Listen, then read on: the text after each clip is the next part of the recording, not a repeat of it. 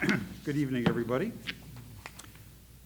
This is Steve Lionel, Chair of the City of Nashua Zoning Board of Adjustment, and this is the October 12th, 2021 Zoning Board meeting. This evening's meeting will be conducted in a hybrid format. The meeting is accessible in person in the third floor auditorium of Nashua City Hall, 229 Main Street, and via Zoom at the link posted in all public meeting agendas.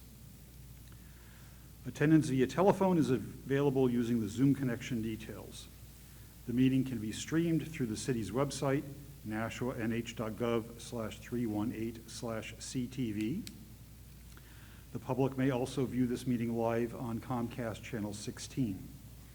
If anyone has a problem accessing the meeting, please call 603-821-2049 and they will help you connect. In the event that the public is unable to access the meeting via the methods mentioned above, the meeting will be adjourned and rescheduled. The chair is in control of the meeting. To the extent practicable and advisable, the board will follow the procedures as identified in its bylaws. The applicant will present their case, followed by questions by the board. Next, persons wishing to speak in favor or with questions or opposition will be asked to speak. If there are questions or opposition, the applicant will have 5 minutes to present a response. Finally, one and only one person with questions or an opposition will be permitted to speak again before the board deliberates and determines an outcome. All participants should endeavor to comply with the timeframes of 15 minutes maximum for the applicant and 5 minutes each for anyone wishing to speak in favor or in opposition or with questions.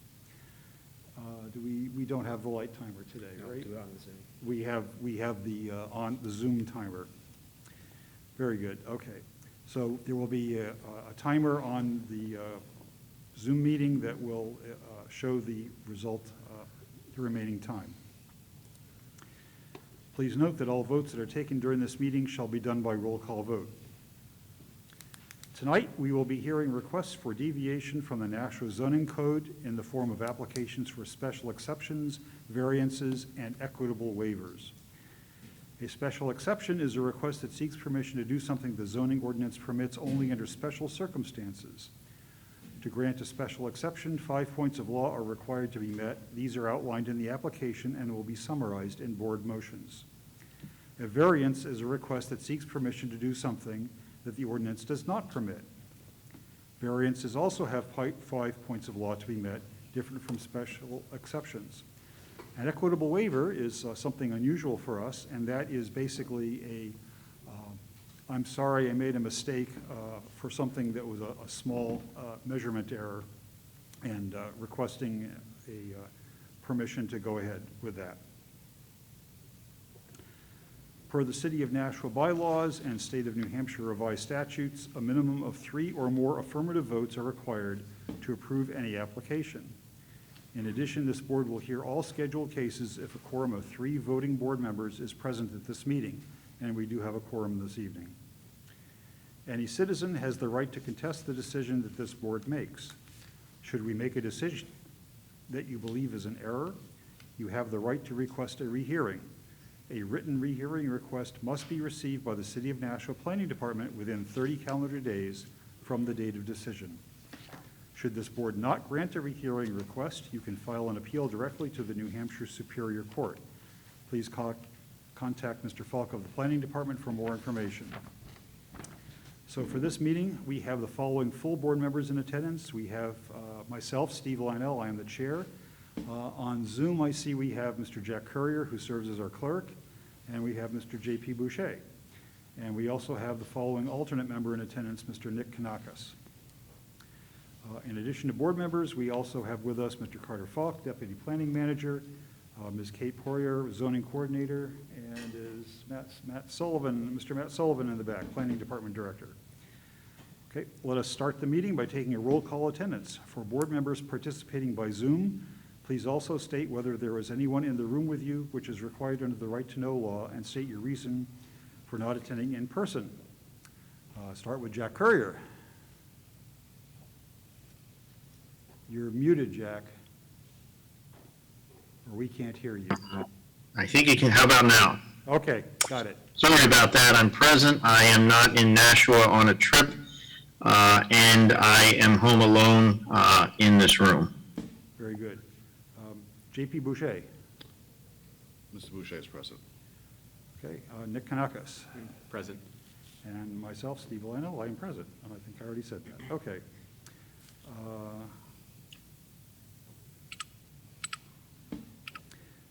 Alternates well, see, since we have 1, 2, 3, we have only 5 members,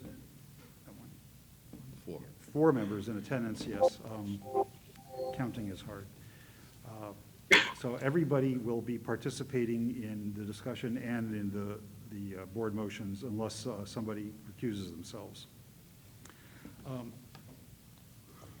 There is we're going to do one change to the agenda in that we're going to hear case number 8 first because the applicant is an alderwoman and needs to attend the aldermanic meeting, which starts at 7 o'clock.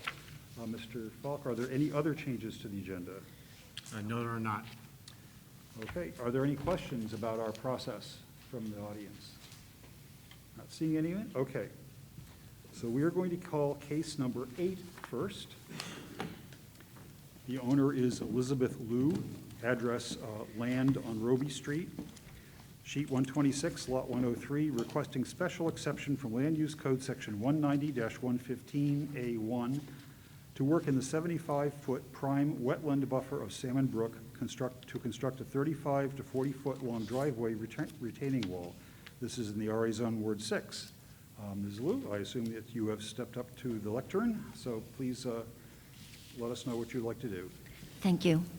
I want to thank the board for, and also the audience members for making a switch in the order. And My name is Elizabeth. I need to ask also your name and address for the record. My name is Elizabeth Liu. I live at 17 Roby Street. Thank you for allowing me to present first. I apologize to everyone who's waiting. I'm here tonight requesting a special exception to place a retaining wall on the land on Roby Street. We came before the board last year at about this time with plans to build a home at, on a lot on 19 Roby Street, and the request was approved. And after that time, we determined that a retaining wall would be best alongside the driveway. And so that's why we're requesting this retaining wall. We've spoken and come before the Conservation Commission, and that group has approved this. And we did that because the retaining wall will be within a wetland buffer. The request is for a 40-foot retaining wall along the northeast section of the property in order to reinforce the driveway support and to guard against vehicles, just to protect any vehicles using the driveway. The wall will also provide protection for the wetland buffer. So in terms of the points of law, this request is not contrary to public interest because the retaining wall will allow for the construction of the single-family home on this property. It will also provide beneficial effect for the wetlands because it's a hill.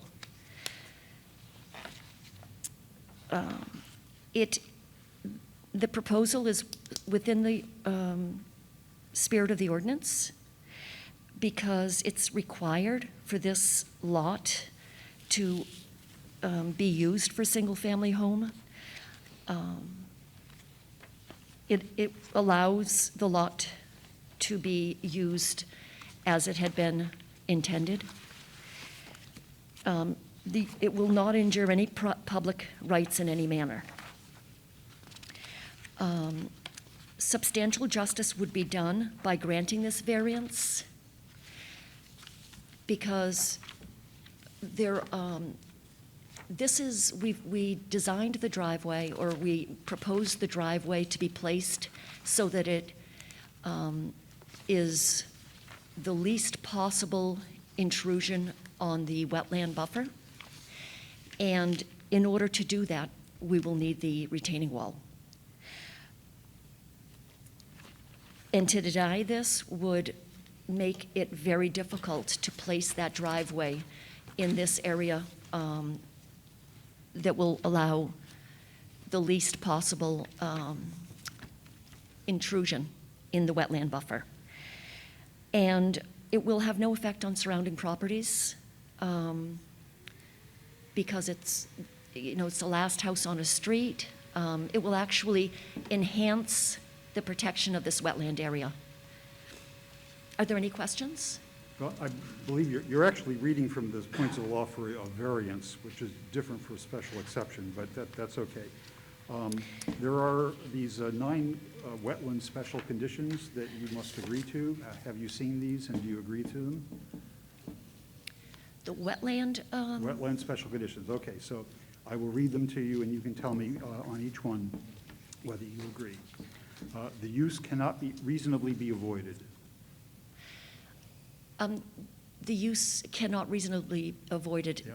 To place a driveway to this house, should include a retaining wall. Okay, you can just respond yes or no to Okay. these, that's all we need. Okay. That the least damaging, best practical alternative has been proposed, Yes, that acceptable mitigation is incorporated to minimize loss, yes, that it is necessary for productive use of adjoining buildable land, yes, that no rare or endangered species have been found, yes, that adequate erosion and sedimentation control methods are used, yes, we have that all on the plan. that the proposed activity shall not significantly impair wetland capacity for wildlife and fishery functions, Yes, that the project shall not impair the stability of a water body's bank, yes, and last, that the wetland and buffer function of absorption capacity and storage shall not be impaired. yes, I do see that we have a letter from the Conservation Commission agreeing to your proposal with a stipulation, let me get it here, that proper erosion controls are taken and best management practices are utilized, but you already answered that as one of the special conditions. So they had a positive response to that. Are there any questions from the board? No. Not seeing any. Okay. At this point, Mr. Chair, I think Mr. Courier has his. Mr. Courier, do you have your hand up? No, I don't. If I do, that's an accident. I don't have any questions. Okay. That's so unlike you, Jack. Okay, so is there anybody who wishes to speak in favor of this proposal? Not seeing anyone? Is there anybody with questions, concerns, or opposition to the application? Not seeing any of that. In that case, I will close the public hearing and open the public meeting. Mr. Kanakas, any comments? No, I'm in support of the special exception. I think it meets all the requirements. Thank you. Mr. Boucher? I'm also in support of the application, and again, we have favorable recommendation from the Conservation Commission with just one stipulation, so I'll support the application as it stands. Mr. Courier?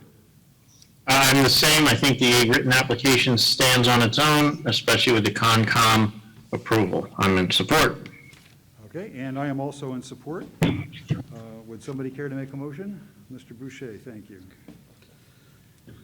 I'd like to make a motion for Elizabeth J. Liu, owner of L. Roby Street, sheet 126, lot 103, requesting a special exception from Land Use Code, section 190-15, section A, subsection 1, to work in the 75-foot prime wetland buffer of Salmon Brook to construct a 35 to 40-foot long driveway retaining wall. It's in the RA zone, Ward 6. We find that it is listed in the table of uses. We find it will not create undue traffic congestion or unduly impair pedestrian safety. We find it will not overload public water drainage or sewer or other municipal systems. We find that the special regulations are fulfilled. We find it will not impair the integrity, be out of character of the neighborhood, or be detrimental to the health, morals, and welfare of the residents. Again, the applicant has attested to the 9 wetland special conditions with the one stipulation from the favorable recommendation of the Conservation Commission dated September 7, 2021. So with that, I make a motion to approve the special exception. Thank you. Do I have a second? Mr. Kanakis, thank you for your second. Any discussion of the motion? Okay. Mr. Courier, how do you vote? Mr. Courier votes in favor of the approval. Mr. Kanakis, how do you vote? Vote in favor of the approval? Mr. Boucher, how do you vote? Mr. Boucher votes in favor. And I, Mr. Lionel, vote in favor. That's 4-0. Congratulations, your special exception has been approved. Thank you very much. You have there's a 30-day window of appeal. Contact Mr. Falk at the Planning Department if you have any questions. Okay, thank you. And have fun at your meeting. Okay. So we will move on to case number 1. Mr. Kanakis is going to recuse himself from this case. So this is an equitable waiver application.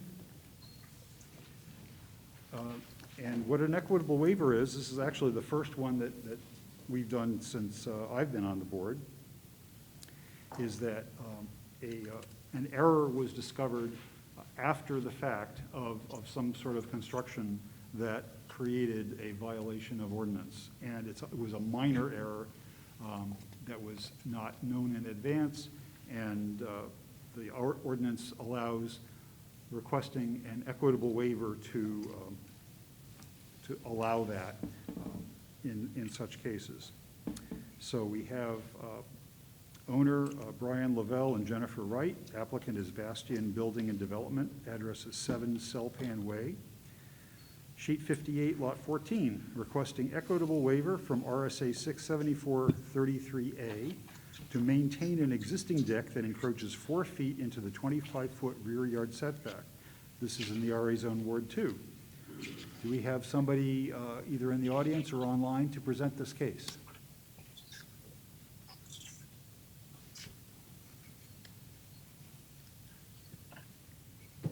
I'm going to comment that this is the second time this has happened for this case. Ms. Poirier, do you see the applicant? I do not. We did speak to them.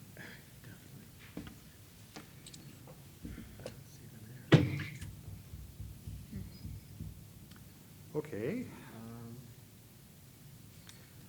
I don't see them on Zoom, Mr. Chair, and I don't think they're in the audience, so maybe we can hear this at the end of the evening. Okay, and go we on to will, the next we will case. defer this, yes, we will defer case number 1 to the end of the meeting.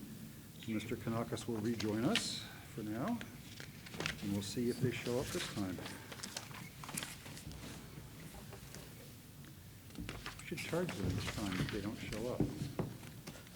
Or do we? Okay. Case number 2. The owner is the Long Family Revocable Trust, Norman Long trustee. Applicant is Kevin Blaze. Address 36 Marie Avenue. Sheet 138, lot 186. Requesting variance from Land Use Code Section 190-16, Table 16.3, to encroach 4 feet into the 30-foot required rear yard setback to remove an existing deck and construct a 13-foot by 19-foot enclosed 4-season porch. This is in the R9 zone, Ward 1, and this was tabled from the September 14th ZBA meeting. I assume that someone come up to the lectern to present the case. Please give the name and address for the record. My name is Kevin Blaze, 45 Marie Ave. I am the contractor of this job. Okay, please walk us through your application. Tell us what you'd like to do. The existing porch is in one of the plans, and I sent pictures, I think, to Katie. We're looking to tear that down and build a 13 by 19 4-season porch. and it does encroach 4 feet in the 30-foot buffer. It's not going to go higher than the existing roof. It's going to be an A-frame construction. The only thing is it does approach 4 feet in the 30-foot back buffer that you guys allow. There is an existing porch I sent pictures of. That's the four-season porch right now that they have. So if you go down one picture, I think it is, that's the front of the existing porch. Okay, go. Right there. Yeah, That PT porch right now is what we want to rip off the house. Stay the same footprint, but add 4 more feet going into the yard. And then make it four-season, and then not go any higher than the peak of the front porch. It will have exact same white siding, the exact same windows, everything. It'll be sitting on deck supports, completely for the approval code. And then there, on the side of that deck would be a 8 by 19 deck that would go around their swim spa that they already have sitting in the yard. The second deck is going to be an open deck. The first deck will be an enclosed deck. So when all totaled and built, it would be 23 feet by 19 feet. okay. That it? That's, yep. Okay. Any questions from the board? Mr. Courier? I guess I'm not familiar with a 4-season porch. I've heard of 3-season porch. I was wondering if the applicant could simply describe to me what the definition of a 4-season porch is. A four-season porch is insulated, heat, and air conditioned. So it's basically, you can use it 12 months out of the year if you want to. 3-season porch will not have heat and air condition in it. Okay, is there a foundation under it, or is it on, like sonotubes or something? It will be sitting on 5-foot deck supports. Okay. In one of my, sorry, excuse me, in one of my plans, there is, I think, 1, 2, 3, 4, 5, 6, 7, 8, 9, 10, 11, there's 12 deck supports, 5 feet tall. That's going to be holding Okay. up the whole structure. All right, thank you, I appreciate it, I'm all set. Thank you. Could you elaborate on what a deck support is? I'm not familiar with that term. Deck support is 5 feet tall. Well, you can get them from 6 feet to 3 feet. And it's precast cement that we excavate the ground, we compact, and then we pick this up on my excavator, put it in the ground. It's like a sonotube, but already prefabbed. Okay. And yep. then your LVL beam goes on that, and then you start building. Okay, so it's a concrete pier. sort of Exactly. thing. Yeah, okay. Any other questions from the board? No. And Mr. Courier, did you have any further questions? No, I do not. Okay, I also do not have any further questions. Well, actually, so since it's raised up on these piers, there's nothing underneath the floor. Nothing, well, the floor underneath will be insulated, and then we're putting that louvered decking underneath it, just so that the cold air can't come through.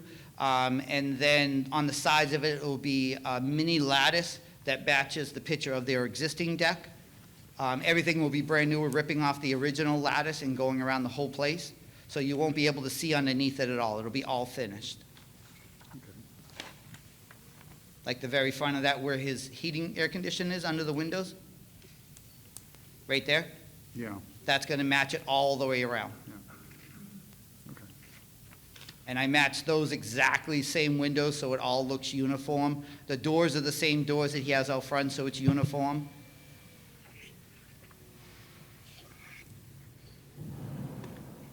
Like Mr. Courier, I was not familiar with this term, and I was just sort of wondering how the city views that as different from part of the habitable structure.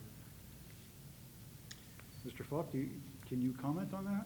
I mean, to us, I mean, zoning-wise, it's a room that can be used all year long, just like another part of the house, like a living room or dining room or bedroom. It might be more of a building code issue with the way the building staff looks at it, but to us, it's just an addition, and we still look at just the setbacks, the open space, and normal zoning Yeah. All right. matters. Yeah, we just treated it like an addition. Okay, that's fine. That's what we do as. Yep, Okay. Yep, that makes sense. Okay, so if there are no other questions from the board, Is there anybody in the audience who wishes to speak in favor of this application? Anybody on Zoom wishing to speak in favor of the application? I know the owners are on Zoom.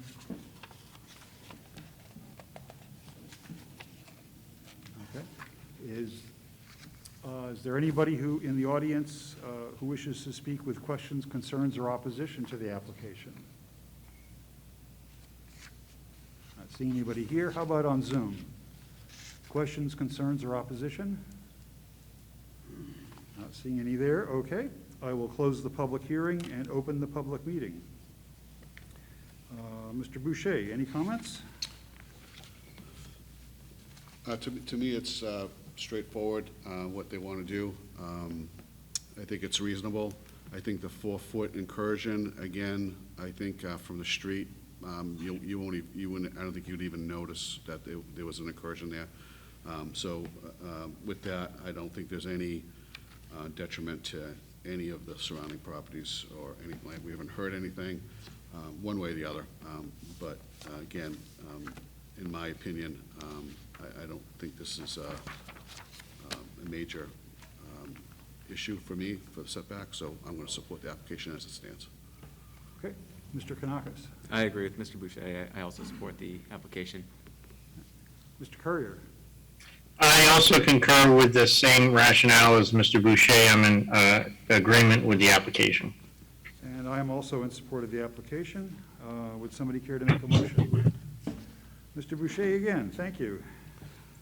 I'd like to make a motion for the Long Family Revocable Trust, Norman S. Long, trustee owner Kevin Blaise, applicant 36 Marie Ave, sheet 138, lot 186, requesting a variance from Land Use Code, section 190-16, table 16-3, to encroach 4 feet into the 30-foot required rear yard setback to remove an existing deck and construct a 13 by 19-foot enclosed 4-season porch to the R9 zone, Ward 1, and this was tabled from the September 14th, 21 meeting.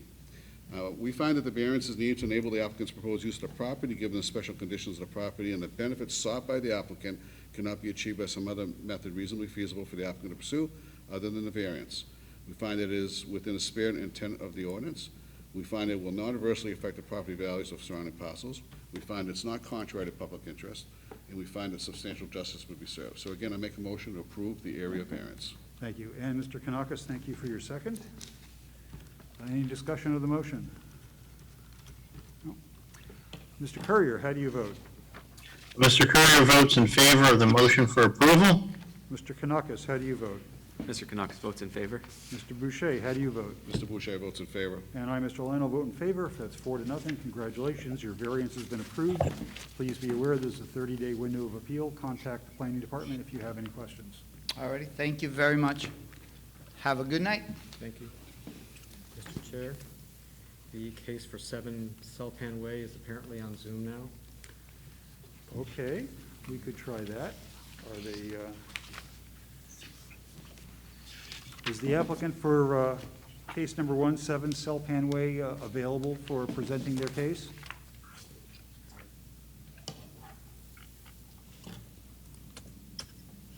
I'm not hearing They are any. muted, but they are on. They need to unmute. Are they the ones on the telephone? Yeah. Yes. I don't know how one unmutes on the telephone. I don't know you can do that on Zoom anymore. Can't do I it. They need to do can't it. do it whether it's computer or phone. All I can do is ask them to.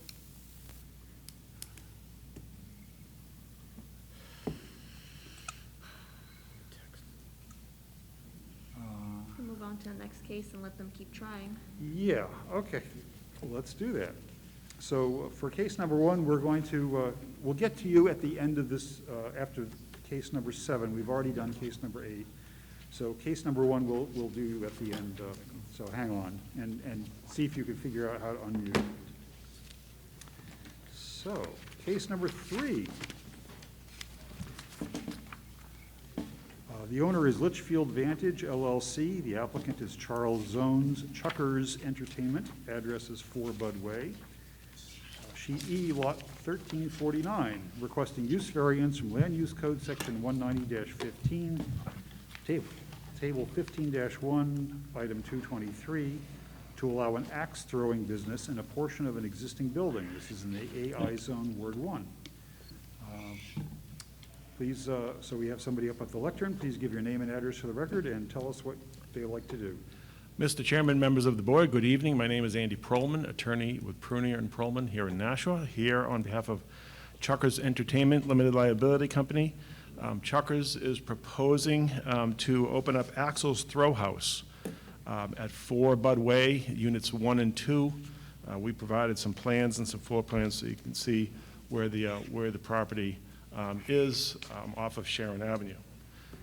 Mr. Chairman, I was here before this board 5 years ago with a nearly identical case. I was here for the escape room business, Key to Escape, which is located at 3 Bud Way, and we have a nearly identical case. I had an off-hour recreational use in the airport industrial zone, so I have just about the same case for you tonight. Axel's Throw House is going to be operated by the owners of Chuckers Entertainment. Charles Jones is with us tonight on Zoom. Rick Lindoff is with us in our front row if the board has any questions. We are proposing to renovate Units 1 and 2 of 4 Bud Way, approximately 4,000 square feet, into a recreational throwing facility. You can see the floor plans. We are proposing that there be 15 lanes of axe throwing for their guests to come in, stay roughly an hour or so, and throw at the target. The axes themselves are not full-blown axes. They're hatchets that weigh approximately 2 pounds. And I provided a picture in our business summary that because this is a relatively new concept to Nashua, we provided a business summary kind of outlining outlining the business and what we're trying to do. So our guests come in, they check in at the front desk, they are shown to their lane, the staff reviews all the safety features and safety functions, and then the folks are off to play their game. When I say game, this is going to be a state-of-the-art facility that has the target that you're throwing at, but then it has a video system where they can superimpose on the target a typical target like a dartboard or a bullseye or a tic-tac-toe or people's faces if you want. And so it has a potential for a lot of fun. We provided a summary of the safety features that are going to be provided with this facility. Particularly, unlike other axe throwing places in the region and the country, they have an end-grained target, meaning rather than the targets hitting the flat surface of the wood, they're going to hit the end grains of the wood, so targets stick into the target much easier, like a high-end dartboard, very soft, targets will stick. We will have padding all around the targets, so if you miss, it deadens the throw and drops down to the floor, padding on the floor, so nothing bounces up. You don't get any splinters or spray of anything. So they have anticipated all kinds of safety features for this project. The site itself has ample parking. This site needs 6 parking spaces under the ordinance, and we have a ton of parking at this facility, in addition to a cross-parking access easement with the neighboring properties. I can tell you that the property manager, a gentleman by the name of Don Eaton, has notified all the other tenants at 4 Bud Way, and nothing's come back to me about any questions or concerns. We provided some pictures of the targeting, of the axe itself, the different types of games that you can see with our business summary. And before I touch on the 5 criteria of the variance, I would stop and ask if there are any questions of the board for me or our clients, because this is, a relatively new recreational use coming to Nashua. So I'd be happy to answer any questions or just run through Well, why don't you quickly run through Sure. the points of law, and then if there are questions on the board, then we can take those. Okay, well, you have our application, but we believe this will not be contrary to the public interest, because we're not going to be threatening any public health or safety or welfare.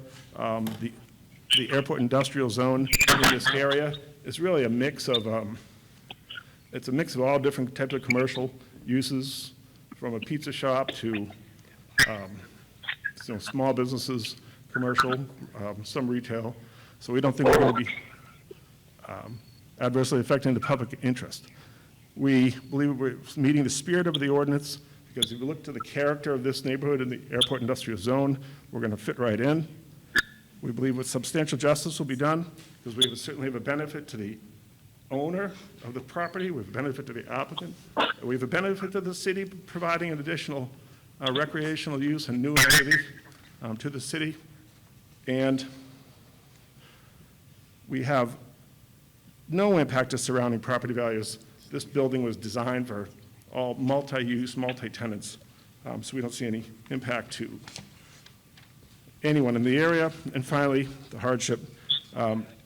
We do not believe there's a fair and substantial reason to prohibit this use in this area, given the character of the neighborhood, and we have a reasonable use, again, given the similar type of uses in the area, a healthy mix of commercial, retail, some industrial. So with that, Mr. Chairman, I'd be happy to answer questions. Okay, and before we do that, I'd like to ask people on Zoom, would you please mute if you're not actively speaking? Because we have somebody that's creating some feedback. Thank you.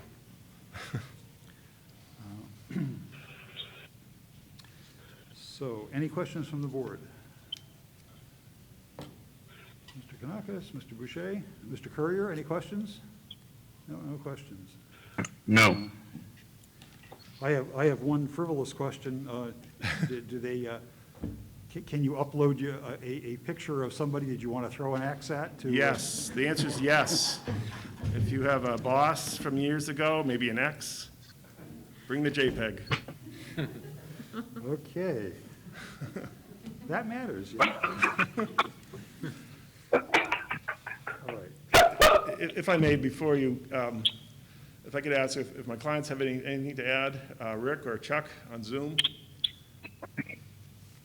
But you don't have to. No. That's pretty straightforward, I think. Okay, so we don't have any questions from the board. At this point, I'll ask if there's anybody in the audience who wishes to speak in favor of this application. Not seeing anybody in the audience. How about on Zoom? Is there anybody who wishes to speak in favor of this application? So you can unmute yourself and speak up.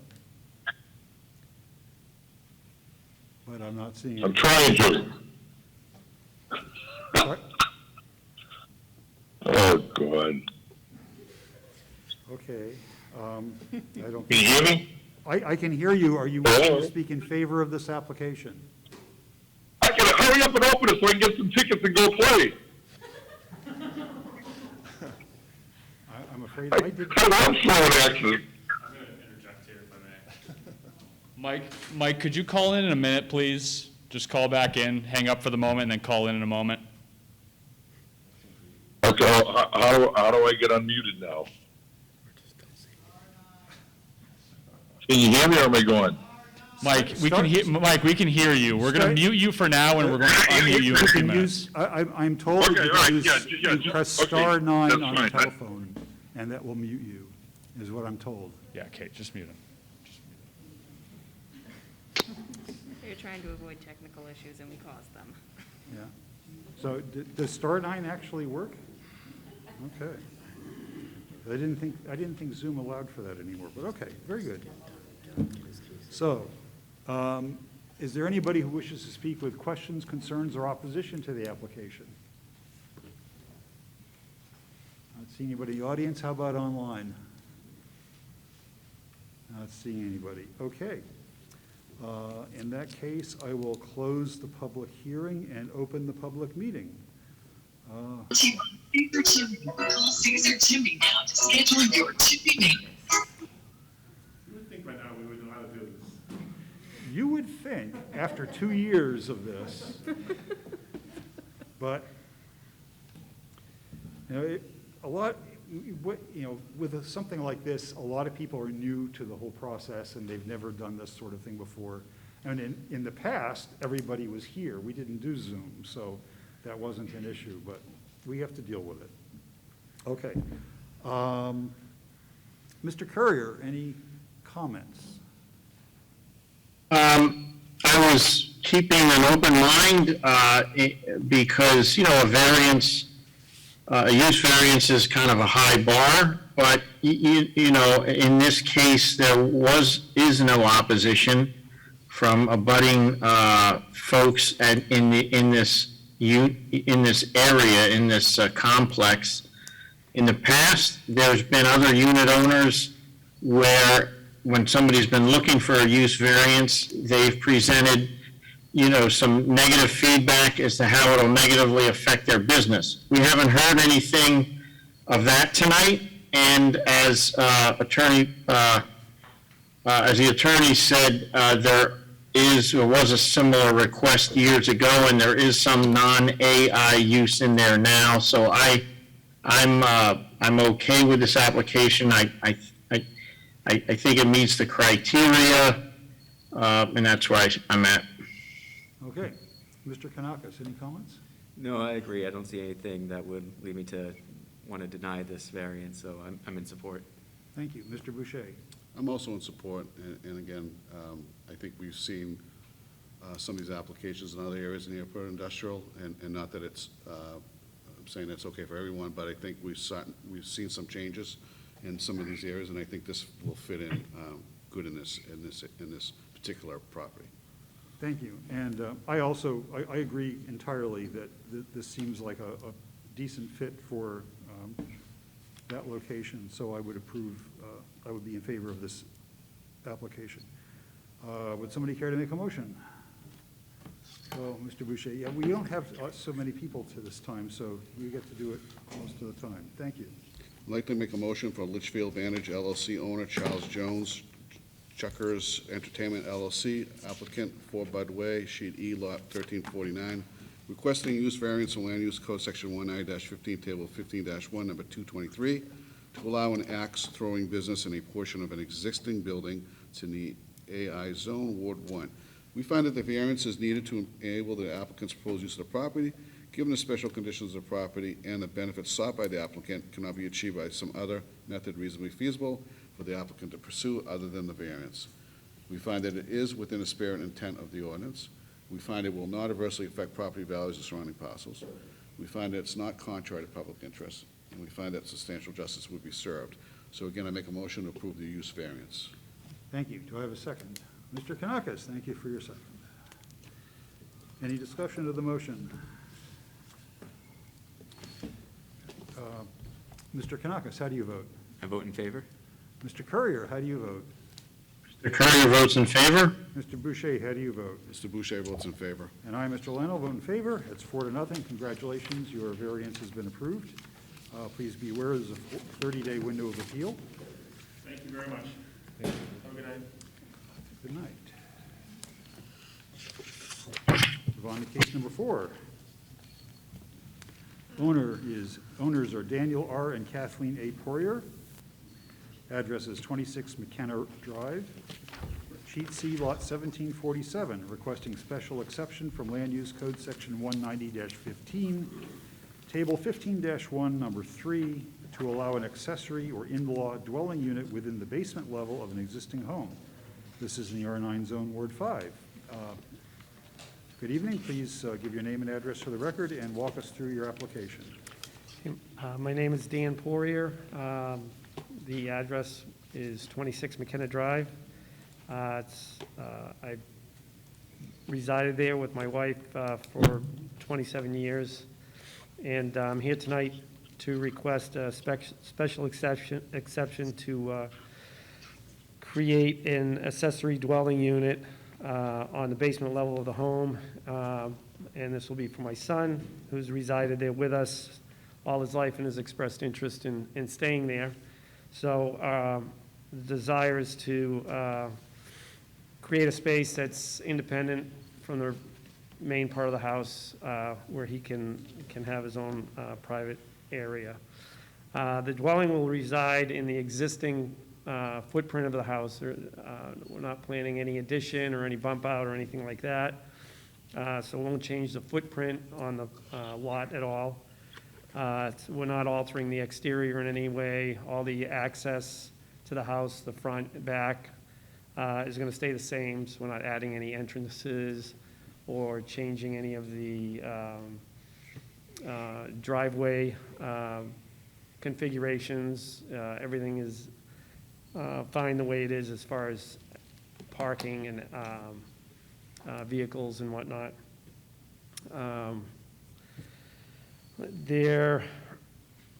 That said, the access, there is exterior access for both that space and the current living space. Those are existing, and there will be access between the two, which is existing now through just an interior door. So it creates a little bit of separation, but yet privacy. And as I had mentioned, as far as driveway and parking and things like that, currently there's parking for 5 vehicles in the driveway. There's no alteration in that regard, so it's not changing anything. There won't be any additional traffic in any way, both vehicle, foot traffic, or any other congestion, since we've been living there under the same conditions for the last 26 years, and so there aren't any changes in that regard. And lastly, we are not doing anything to create any impact on any of the public utilities in regards to water or sewer or any other drainage. There are no changes to the landscape or anything like that. So that's about all I have, unless you have any questions in that regard. Well, thanks for your are consideration. you familiar with the 9 special regulations that are required to be agreed to for an accessory dwelling unit? Have you seen those? Yes. Do you want me to read each of them to you, or can you just agree that you have read and agree to all of them? I have read and agree to them as they are written. Okay, very good. Thank you for saving us time. Any questions from the board? Nope. Not seeing any? Okay, I have no questions. Is there anybody in the audience who wishes to speak in favor of this application? Anybody on Zoom who wishes to speak in favor of this application? Okay. Is there anybody with questions, concerns, or opposition to the application? On Zoom? No. Okay. Then I will close the public hearing and open the public meeting. Mr. Boucher, your comments? Application is pretty straightforward. They're not even asking for the maximum that they could get. The plan is presented. So again, I think it obviously, the applicant attested to the accessory dwelling unit, the 9 conditions. So I'll support the application as it stands. Mr. Kanakis? I agree. This may be the most straightforward special exception for an accessory dwelling unit I've seen. No exterior alterations, no change in the parties inside. Everybody's been there for 26 years, so I'm in support. Okay. Mr. Courier? As Mr. Kanakis says, I'm in support for the reasons already mentioned. And did we get, perhaps I missed, there was a letter from an abutter, I think, in support. Did that? You're right. And you know, I had it in front of me, and I know Ms. Courier gave me another copy, but I had my own copy. What did I do with it? Well, all right, let's see. Thank you, Mr. Courier, for the reminder. Okay, here we go. Yes, this is a letter in support of the application. This is from Jennifer and Stephen Watchorn of 27 McKenna Drive. To whom it may concern, we received the notice of Dan and Kathy's desire to add an in-law apartment in their basement. We feel they should be allowed to do so and have no objection whatsoever. We wish them well and hope the process goes smoothly for them. so. Did I? Okay. Did you have any other comments, Mr. Courier? No, I'm all set with the application. Okay. Mr. Boucher, would you care to make a motion? Absolutely. Thank you. I'd like to make a motion to approve the special exception for Daniel R. and Kathleen A. Poirier, owners of 26 McKenna Drive, Sheet C, Lot 1747, requesting a special exception from Land Use Code Section 19-15, Table 15-1, Number 3, to allow an accessory in-law dwelling unit within the basement level of an existing home. It's in the R9 Zone Ward 5. We find that it is listed in the table of uses. We find it will not create undue traffic congestion or unduly impair pedestrian safety. We find it will not overload public water, drainage, or sewer or other municipal systems. We find that the special regulations are fulfilled. We find it will not impair the integrity or be out of character with the neighborhood or be detrimental to the health, morals, or welfare of the residents. And again, just to note that the applicant did attest to the fact that he will comply with the 9 accessory dwelling unit stipulations. So with that, I make a motion, again, to approve the special exception. And Mr. Kanakis, again, for the second. Thank you. Any discussion of the motion? Mr. Courier, how do you vote? Mr. Courier votes in favor of the motion for approval. Mr. Kanakis, how do you vote? Mr. Kanakis votes in favor. Mr. Boucher, how do you vote? Mr. Boucher votes in favor. And I, Mr. Lionel, vote in favor. That's 4-0. Congratulations, your application has been approved. Thank you very much. Please be aware there's a 30-day window of appeal. Contact the planning department if you have any questions. Moving on to case number 5. The owner is Bradford J. Hill Revocable Trust. Applicant is Johanna Hinkle-Payer, Joe Louise Beauty. Address is 14B Broad Street, Unit D, Sheet 62, Lot 231, requesting use variance from Land Use Code Section 190-15, Item 35, to allow a beauty salon in a portion of an existing building. This is in the GI Zone, Ward 4. Is there somebody here or online to present this case? Hi, yes, can you hear me? Yes, Yeah. Please give your name and address for the record. Hi, yes, I'm Joanna Payer, and I am at 24 Old Coach Road here in Nashua. I am applying for the variance at 14B Broad Street, Unit D, to have it be zoned retail to move my existing salon on Main Street to this location. Currently, that property already has other retail locations. I know originally it was probably zoned industrial for when it was Whitney Screw, but I don't think having my salon there would diminish any value to any of the surrounding properties or business, would increase them, if anything. So pretty straightforward request. Okay. You're not required to fill your 15 minutes. Is that it for now? Yeah. Okay, great. Any questions from the board? Seeing none here, Mr. Courier, any questions? No? Okay. No. No, all right, very good. Is there anybody in the audience who wishes to speak in favor of this application? Not seeing anybody. Is there anybody on Zoom wishing to speak in favor of the application? Not seeing anybody. Is there anybody in the audience with questions, concerns, or opposition to the application? Not seeing any. How about on Zoom? Anybody with questions, concerns, or opposition to the application? Not seeing anybody. Okay. In that case, I will close the public hearing and open the public meeting. Mr. Courier, your comments? Well, in short, I'm in favor of this request. I'd like to throw out that, years ago, this was probably zoned GI because of the Whitney Screw Company.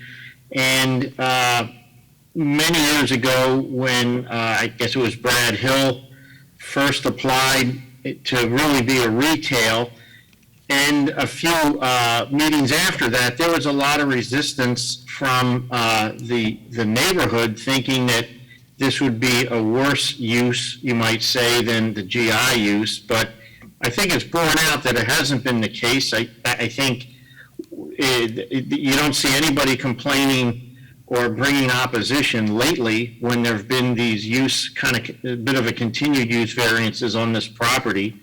So in short, I agree with the applicant that it's straightforward, and there's, retail use now, and it'll just, so I think it's all good, it meets the criteria, and I'm in favor of it.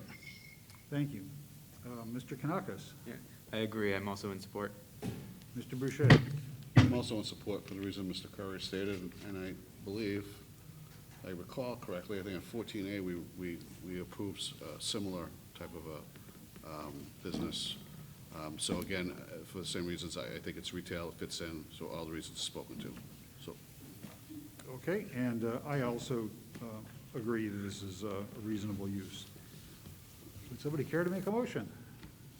all set. Okay, Mr. Boucher, thank you. I'd like to make a motion for Bradford J. Hill Revocable Trust, owner Joanna Hinkle Pear, Joe Louise Beauty, applicant, 14B Broad Street, Unit D, Sheet 62, Lot 231, requesting use variance from Land Use Code Section 1A-15, Table 15-1, Number 35, to allow a beauty salon in portion of existing building in the GI Zone, Ward 4. We find that the variance is needed to enable the applicant's proposed use of the property, given the special conditions of the property, and the benefits sought by the applicant cannot be achieved by some other method reasonably feasible for the applicant to pursue other than a variance. Again, in short, it's been clear that this property has had a long history of retail, and we feel that this is a good fit in this property. We find it is within the spirit and intent of the ordinance. We find it will not adversely affect the property values of surrounding parcels. We find it's not contrary to public interest, and we find that substantial justice will be served. So again, I make a motion to approve the use variance. Okay, do I have a second? Mr. Kanakis, thank you. Any discussion of the motion? Mr. Courier, how do you vote? Mr. Courier votes in favor of the motion for approval. Mr. Boucher, how do you vote? Mr. Boucher votes in favor. Mr. Kanakis, how do you vote? Mr. Kanakis votes in favor. And I, Mr. Lano, vote in favor. That's 4-0. Congratulations, your use variance has been approved. Again, there's a 30-day window of appeal. Please contact the planning department if you have any questions. Thank you very much. Have a great night. Okay, Bye-bye. so case number 6. Owner is Robin Thapa. The applicant is Sudip K. Pant. Address is land on Bowers Street, sheets 25, lots 22 through 24. Requesting variance from Land Use Code Section 190-16, Table 16-3, for a minimum lot frontage 50 feet required, 0 feet proposed, to construct a two-family dwelling. This is in the RB Zone, Ward 7. Good evening. Please give your name and address for the record and walk us through what you'd like to do. Good evening, Chair, and everybody on the board. My name is Sudeep, and address is 7A Deerwood Drive, Nashua, New Hampshire. I'm here to represent the owner, Mr. Robin Thapa, and the request for the variance of the not having a 50 foot of road frontage for what we have proposed to do a duplex building there on the lot map number 25, and it's combined lot of 22, 23, and 24 in the Bowers Street, which is just behind the Dr. Crisp Elementary School. There is a gap between Bowers Street and Gillis Street, approximately 300 to 400 feet. That road seems to be before a road for the motor vehicles also, but currently, because of the non-use or not requirement, there is a Jersey barrier, and that road is being used just for the pavement, the footpath or the pavements of the. So,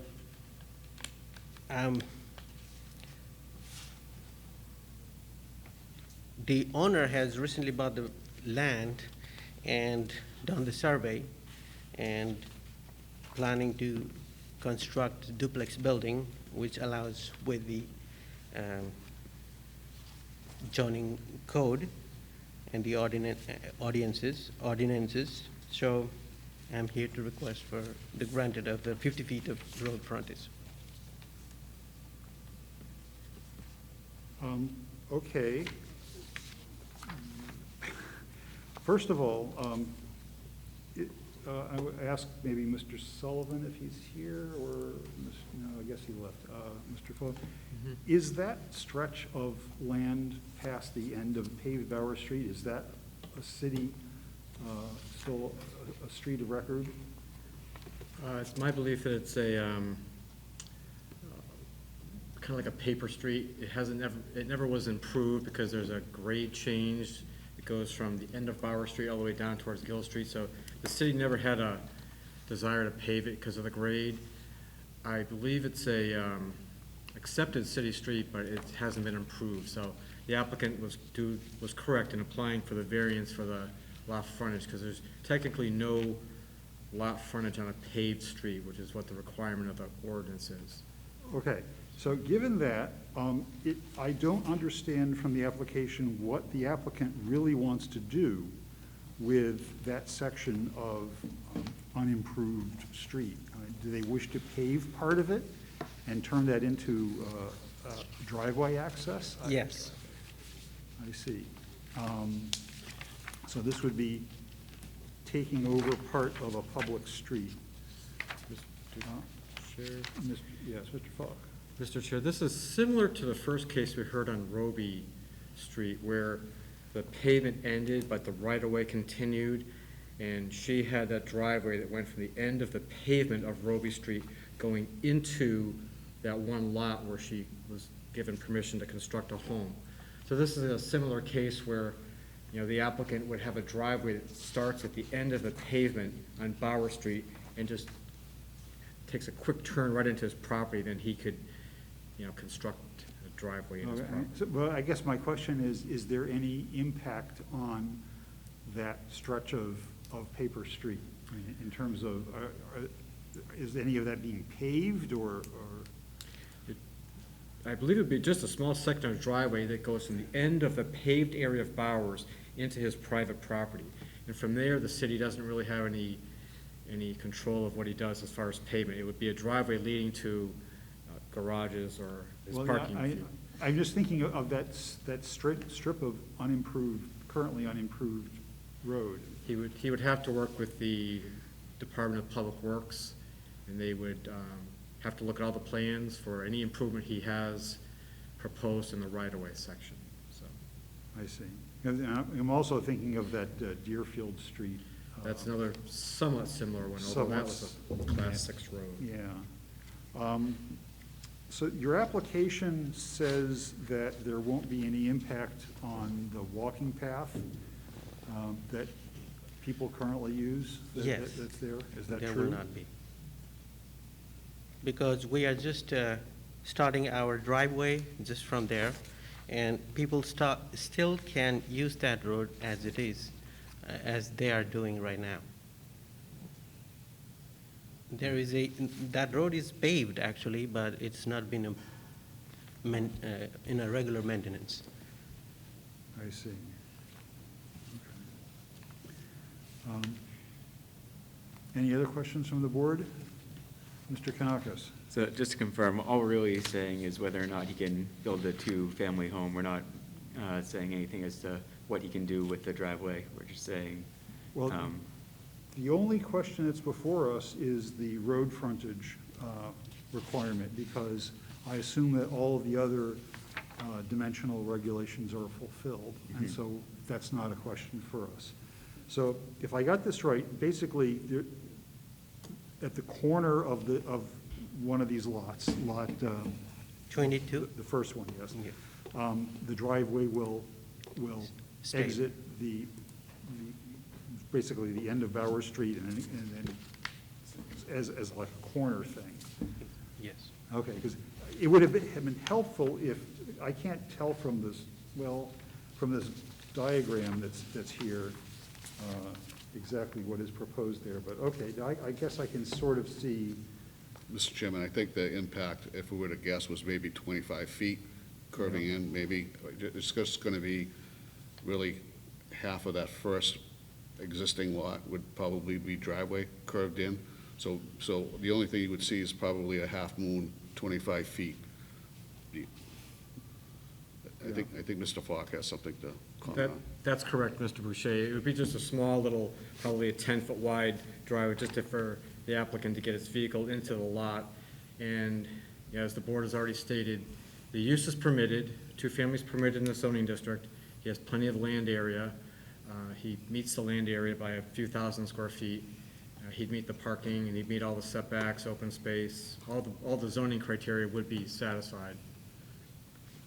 So it's just the request really is only because all properties in the city have to have access to a paved street that is the minimum length of the frontage of that zoning district. So in this zoning district, the RB zone, he has to have a minimum of 50 feet of paved public street, fully paved public street in front of his property. He's got 150 feet altogether of the 3 lots together. So only 50 feet of that has to be paved, but he's only using probably just a small, like Mr. Boucher said, a small little, like half moon or little eyebrow that goes into his property. And from there on, he can do as he desires with the driveway and parking in the structure. Okay, and who is responsible for maintaining that little half moon? Well, he would be, but he would have to build it in accordance, he'd have to work with the Department of Public Works, and they'd have to be happy with what he does as far as construction and grading and a sub-base below the driveway. It doesn't have to be built to a city road standard, which is much more significant than a driveway. Driveway is only for passenger cars and passenger trucks, where a city road is built to a totally different standard. Yep.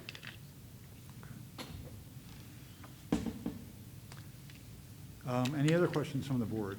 Mr. Courier?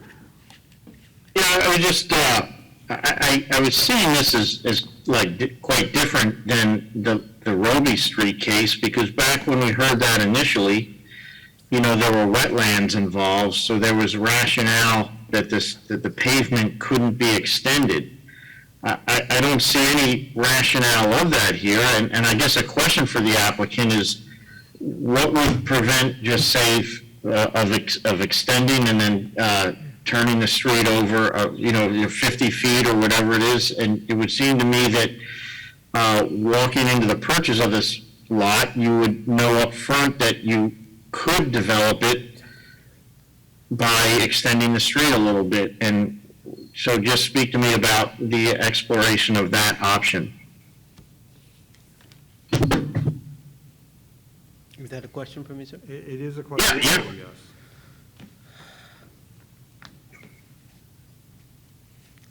One more time, I couldn't pay attention on the Well, question. I believe he was asking about, if I got this right, Mr. Courier, actually extending Bowers Street 50 feet. And I'm not sure how that would be done. We would have to petition the city to do it, or I don't think he could do it himself. I think Mr. Falk has a comment on that. Mr. Falk?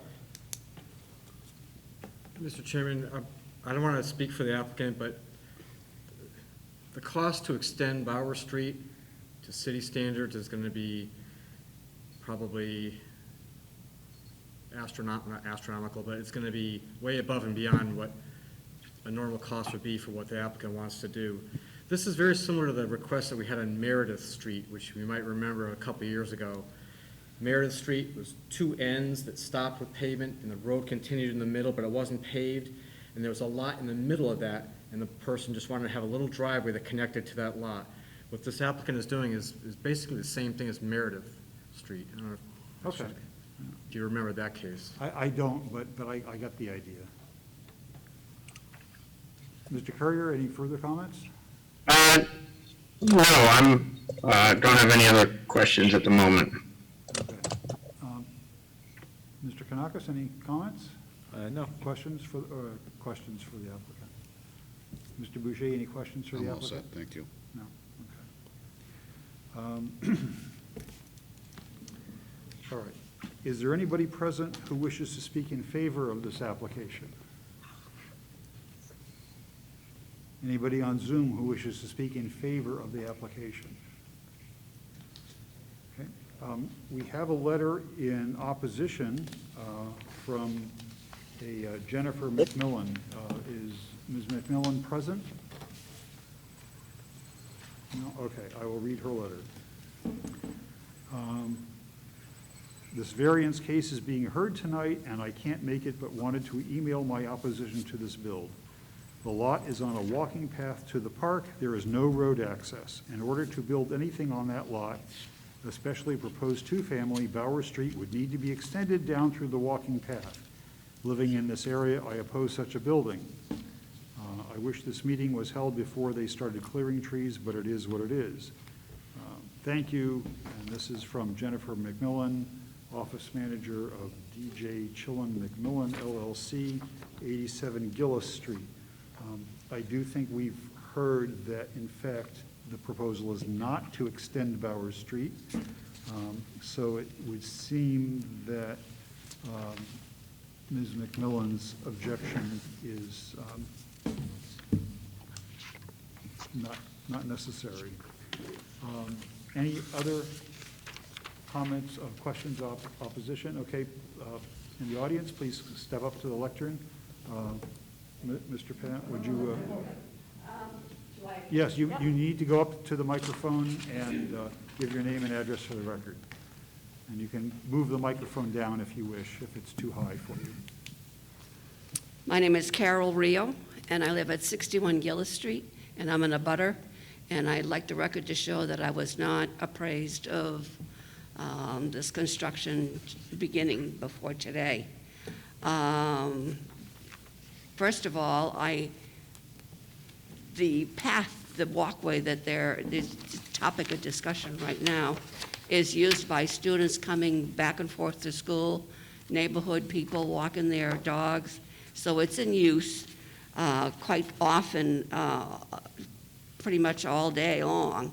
And to build, extend the street down with children going to school, I think there would be a traffic concern there for all of us in the neighborhood. The other concerns that we have is the infrastructure, because it's been on record for Gillis Street, especially on the lower part, the water system down there is at full capacity. And there's a concern as to, we didn't get any information about where they were planning on shifting their water or disposing of their sewage, or any of the runoff. Is there catch basins or anything like that that's going to be constructed in on the site, because there's a Great Depression from the top of the hill of Bauer Street that goes all the way down towards my back lots, and we've had issues with water over there. And the other consideration is that we were here in 2002 to have opposition against Manukian, who wanted to develop the lots at the time. And so there was a concern about it being a previous dump for the city of Nashua. And I have a report here that from the Jaworski Forum that indicates that there is significant asbestos on the property with other chemicals, and they gave us a full run out of what is involved with that. So I am concerned about this construction. I would like to see it explored further before any vote is brought to fruition tonight, and to satisfy all of these concerns that we have, especially being residents of the neighborhood for so many years. Thank you. Do you like, I brought it, this is a copy. Would you like this? Sure, you can, I'll take it. I don't know. You only brought one. This substantiates what I brought.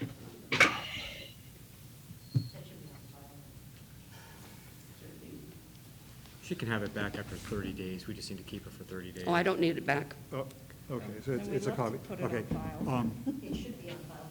We probably do have it. Yeah, Yeah, it's probably have. probably from previous cases. Okay, I will comment that there's a general rule that new construction cannot increase any runoff from a property onto Okay. adjoining property. So whatever the applicant does, they have to make sure that there is no increased runoff.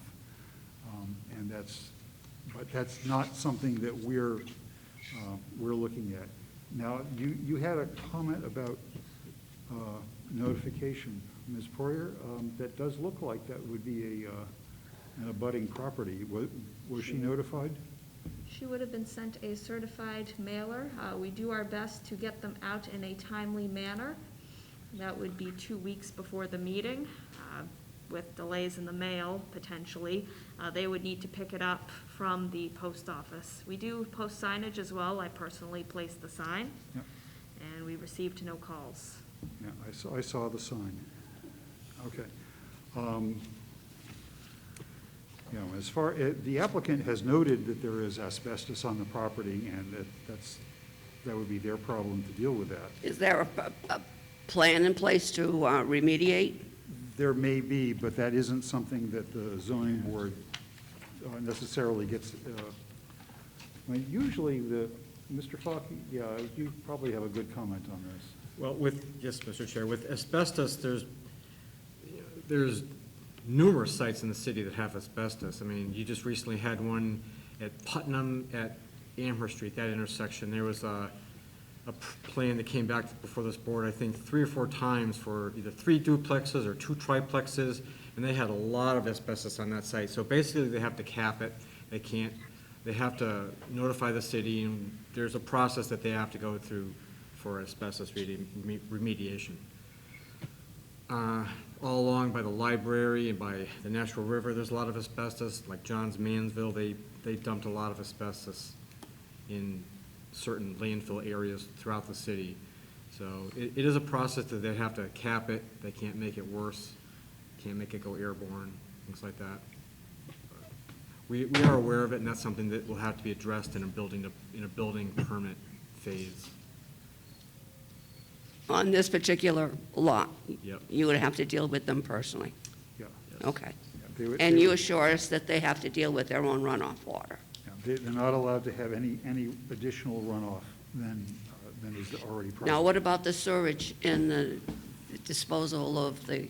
Well, that would be something that they would take up with the building department. They would need applications to connect to water and sewer and electric, but again, that's not something the zoning board takes up. Okay. And the use of the walkway to accommodate their driveway? What I'm seeing is that the walkway would not be impacted. It would still be there and still be usable. There would be a short section where vehicles might approach past the end, what's currently the end of Bauer Street, but if you go 10 or 15 feet further up Bauer Street, then it's a two-way street. So it doesn't, that may or may not be all that much of a difference as far as a safety issue goes. But the walkway would still be there and it would not be affected, if I'm reading the drawings correctly. But we can ask the applicant to address your concerns when we're done. Okay. Does anyone here want to speak? Yeah, well, Okay, let me finish and terminate here. Okay. Like I said, the remediation was a big concern, the water, and the use of the walkway for as a driveway, especially 50 feet of it, is what they're asking. no, they're not asking for 50 feet. They request a 50 to 0 variance. Well, the 50 feet is what the ordinance requires as frontage on a paved road, and there's currently 0. So what they're asking is permission to have a driveway with 0 frontage, and they would be asking for a small 10 or 15-foot little swoop from the end of Bauer Street into their driveway. Okay, so as I understand it, in RB zone, we have to have 20 feet from the front of the structure to the public land. So how far from the end of that would this driveway be The extended? driveway can go right up to the street. Okay, so you're not talking about taking over the walkway? No. At least that's not my impression of what the applicant is asking for. So when would we see a draft of what their intent is? The application is on file, and there is a drawing in here. Yes, I have the rest of it. It was a little bit hard for me to see, but this, if you could maybe take a magnifying glass, you can see that there is just this little swoop from one edge of the end of Bower Street into their driveway. And the walkway is unaffected. Walkway's still there. That's my impression. But we can ask the applicant to address that, because I'm not here to explain what the applicant is doing. That's just my understanding. But your concerns will be answered. Okay, thank you. Is there anybody else with questions, concerns, or opposition? Okay, please step up to the lectern, give your name and address for the record. My name is Lynn Lawton. I live at 62 Gillis Street. And again, I have a concern about the top of the hill where he wants to put the easement for his little driveway. The pitch on that paved path, it's not a full road. It is not even wide enough for a car to go down. Many times during the winter, cars think that Bower Street goes all the way down. They will take their car, go down, and they get stuck because it comes down to a pitch. And they've had to be towed out of there. It's not wide enough for a car. So I'm having a hard time comprehending how at the top of the hill, his property goes all the way to that bottom of the hill, how he's only going to take 50 feet to scoop his driveway into there. I think there's more of an issue there than what people are thinking. The information on your sheets show a little path, shows Bower Street, and shows this. It's not level. There's a very big pitch there. And the kids walk to school that way.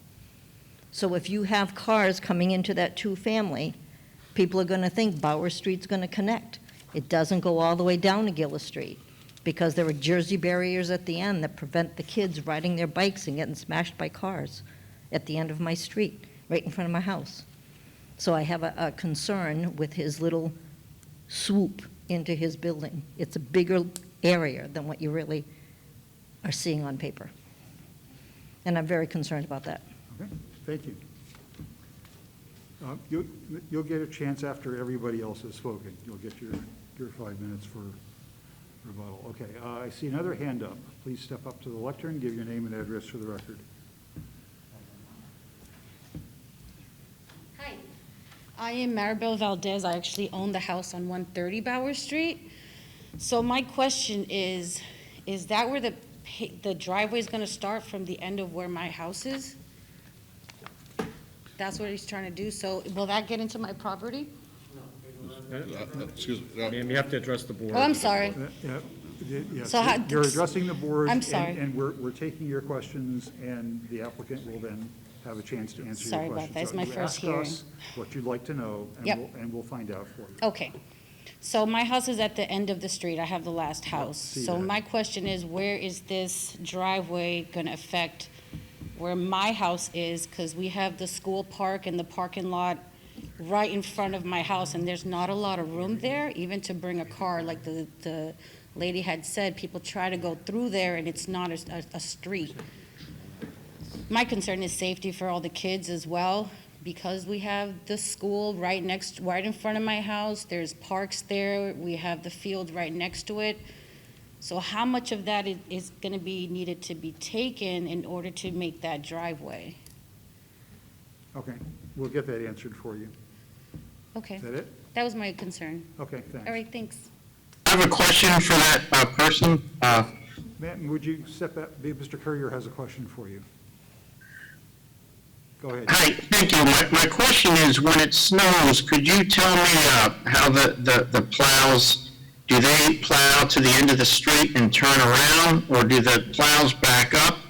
And the other question I have is, does the city plow with their little machine that footpath for the students? So they do a little footpath, and then they just take the rest of the snow and plow it wherever they can fit it, depending on how much snow it is. But typically, it's just with a little machine for somebody to walk, like people walking their animals down the park. Other than that, when it's snowing, there's no room. They just push the snow wherever they can put it. And right now, does that end up kind of at the end of your property? Yes. Yeah, okay. All right, thank you. You're welcome. Yeah, and there's that Jersey barrier there that kind of prevents pushing any snow past that. It still gets behind there. Yeah, I could see that. Yeah. Okay, thanks. Thank you. Anybody else in the audience with questions, concerns, or opposition? Ms. Poirier? Mr. Chair, we have someone in chat on Zoom. Okay, I cannot read that, so you're going to have to help me. That would be from Amanda Hines, 76 King Street. She asked if there would be any guarantee that what is currently the walking path will maintain no vehicle parking and will have continued use as a walking path. So that is a question she would like answered. Okay. Will there be a continued use of the walking path? Anybody else on Zoom with questions, concerns, or opposition? Is there another person in chat, perhaps? Hello? Can you hear me? Yes, yes, we can hear you. Please give your name. All and right, address. thank you. Yeah, my name is Deborah Lavoy, and I live at 122 Bauer Street. This has been a very long-going process about that property down the hill. My thing is, potentially you're going to be bringing 4 to 6 cars for 2 development home. The infrastructure cannot handle that. We're barely making by what we have now for the road. We're one of the tiniest streets in Nashua. We're on a dead end. And right now with schools present, the buses, the 18-wheels, the box trucks, we have 4 vehicles. It's supposed to be up and down the road. We have 4 cars that are parked across. So to bring in 2 more vehicles with an infrastructure that can't even accommodate the school. School has over 400 students. That's a lot of cars, a lot of people picking up the children.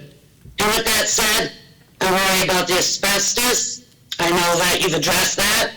Thank you. And worry about the retaining wall that's going to have to be ensued, put up right by the woman that just spoke's house. That is going to be one heck of a retaining wall. I'm just going to put it out there. I don't think it is a very good plan. Thank you. Okay, thanks. Anybody else on Zoom with questions, concerns, or opposition? Not see anybody? Okay, the applicant has 5 minutes to speak in rebuttal to answer the questions that were asked. In regards to the concern and the questions arise today here, it seems like many people are understanding it differently. What we are trying to do is there is a Jersey barrier, so we would just want to extend that to up to maybe 20 feet just for the driveway. So everything will remain same. So we will take care of our own driveway from the road which ends there. So the people will be walking and using that part of the road as it is. And about the safety and the school children's questions the madam was arising before, because of this 2 or 4 cars going there will not have any impact or difference, because this is not a retail space where people come and go with, this is the residence. So that's my point. And what else? The retaining walls, we will take care of that. On the Gillis side, her part of the property. What else I have to say?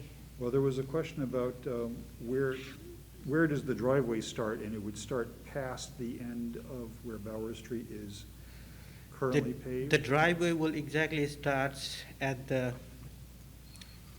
there is the Jersey barrier which just ends at the road right now. So what we are, to make it very simple and acceptable for everybody, what we are trying to do is just move that Jersey barrier like 20 feet or 15 feet further towards down to the Bowers Street, and so that we can have a passage of our driveway. So everything will remain as it is, just only we could have access to our road, our property. That's the only thing. So there was a specific question from the homeowner at 130 Bowers who wanted to make sure that there would be no construction on her property. No, there will be no construction on her property. we will definitely not do that, because it's been surveyed and everything has been designed, including how we will do the asbestos management and everything. So as per the codes and planning board's approvals, only we will take care of the things there. Okay. Okay, so now, the way this works is that one and only one person who had questions, concerns, or opposition has 5 minutes to make a final statement. Ms. Rio, did I get that right? If you wish, since you were the first to speak and had the most to say, maybe you would like to take your 5 minutes, and if you have any, you don't have to, but if you want to rebut anything that the applicant said, you are welcome to do that. What I would, do I state my name again? Please do, your name and address. Carol Rio, 61 Gillis Street, and I'm in a butter. I want to reemphasize what the resident at 130 brought to fruition this morning, today, about the driveway and the snow.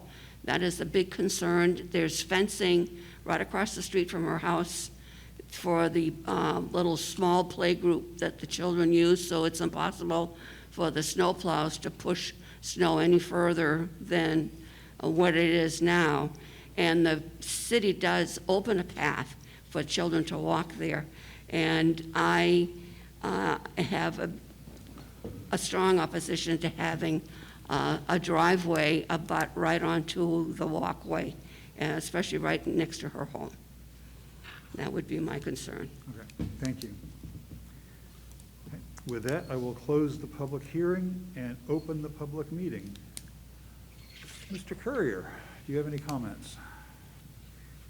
Yeah, I'm struggling with this application for a couple of reasons. Well, we certainly have a plot plan in front of us in our application that shows, that the driveway, angling in, shall we say. I'm struggling because I feel I would need to have the Public Works Department give a thumbs up that this is a workable plan, because I struggle with, I see the snow as an inherent problem. Right now, as we know, it's just pushed to the end with the truck. That's the way the city does it. That's the way everybody does it. And then the little machine goes down and clears the path. Now we're going to have a situation, with what we've heard, with the Jersey barriers moving down, the city's going to have to plow right across the private driveway, which is on a public land. And with the angle of the driveway, I don't see how that would be accomplished without scouring the driveway. And also, with the driveway, say, being, if we say halfway, or maybe 2/3 of the way across the street, cars are going to be coming down a hill and turning left while there could be students walking right there. I think that's a public safety issue, and I'm just not comfortable with that. I also see that this is obviously, to me, an undeveloped lot because of the topography challenge, and knowing the applicant just recently purchased, I see this as a self-created hardship that can be resolved without this relief. Maybe a little more money, that's not part of our criteria, how much it may cost to resolve, but it's totally resolvable to develop this lot without this variance. So I don't think it meets, I don't think it's within the public interest or the spirit and intent, and it can be developed, I think, without this variance. So that's where I'm at. Thank you. Mr. Boucher.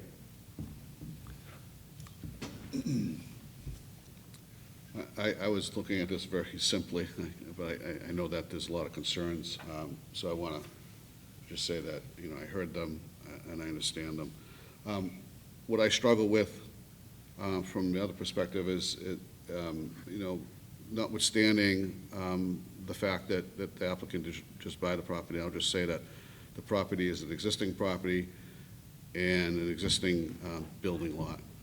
So I have a hard time, I'm having a hard time finding reason to deny based on, I'm looking at it more like almost like a land taking if we can't develop. Now, I know that we could, the road could be extended from a city perspective. I think, though, if I step back a little bit, and what we're here for is to consider the zero frontage. Now, I think Mr. Falk made a very, clear statement that this wouldn't happen until the city Public Works gives its blessing to it. So the city Public Works is definitely in charge of the snow plowing, is definitely in charge of the path that goes down to the bottom to Gillis Street. So I have every confidence that through the process that has to ensue, so this is just the first step. I think there's maybe some challenges and hurdles that the applicant may have to get to achieve what he needs to do. But I also believe that the other city departments that will be involved, the permitting, the building department, Public Works, I don't know if the fire department, I don't know, this is just a two-family, so maybe the fire department's not involved. But again, I think there's a process there, and I have every confidence that this will be reviewed to the extent that it needs to be reviewed. So I step back and I say, okay, what is it that we're here looking at? I'm looking at this as a request, because there's not a paved street there, but again, it's a very short access. I think that, again, I believe simply that this would be, Public Works will say what they need to have happen. So with that, I have every confidence that that's what will have to happen, or they won't get the building permit to do what they need to do. So again, I'm repeating myself, and I don't want to make it sound like it's just this simple, but to me, I'm just looking at what we're here looking at. I understand that there's a lot of challenges, there's a lot of issues for infrastructure. There may be water and sewer issues there. Again, Public Works has this knowledge, and we'll work out with them whether or not this project is possible, because we could approve this, and this project in the end may not even come to fruition. So I'm looking at this as just the request to access their property where there's no paved street. So I think with that, I'm going to support the application. Thank you. Mr. Kanakis. I agree with Mr. Boucher. I think in the lot's current form, it's really undevelopable as it is, and the variance is the first of many steps that I think the applicant will have to go through. I think all the concerns that have been raised will be addressed by various departments within the city. And as far as the lot goes, he's using a smaller footprint than allowed, and I just feel that he's met all of the requirements for the variance.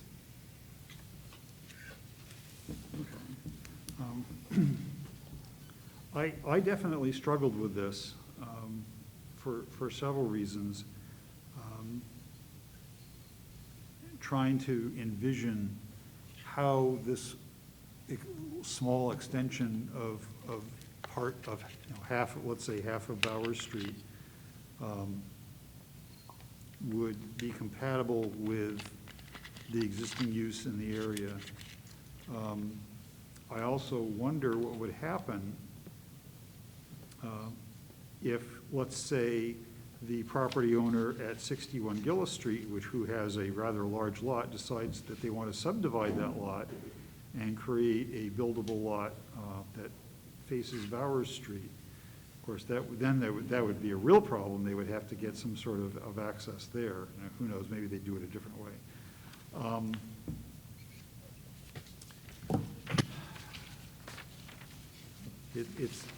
I hear the concerns of the neighbors, how the snow plowing would work. The snow plows would just come along to the end of Bowers Street and then just keep pushing for a little while, probably right, they're not required to push onto the applicant's little paved section, because that's not part of a public road. They might just leave the pile there. So I don't know how that's going to work.